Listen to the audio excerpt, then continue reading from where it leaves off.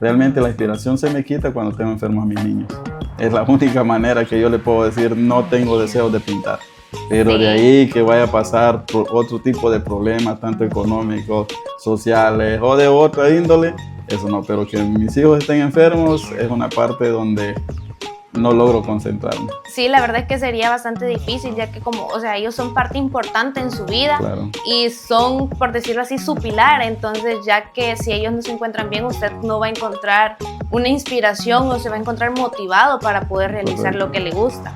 Sí, la otra parte importante, ¿verdad? Como siempre yo digo, que es Dios el que también a uno lo lleva, ¿verdad?, a realizar aquello, porque nosotros sin Dios no somos nada.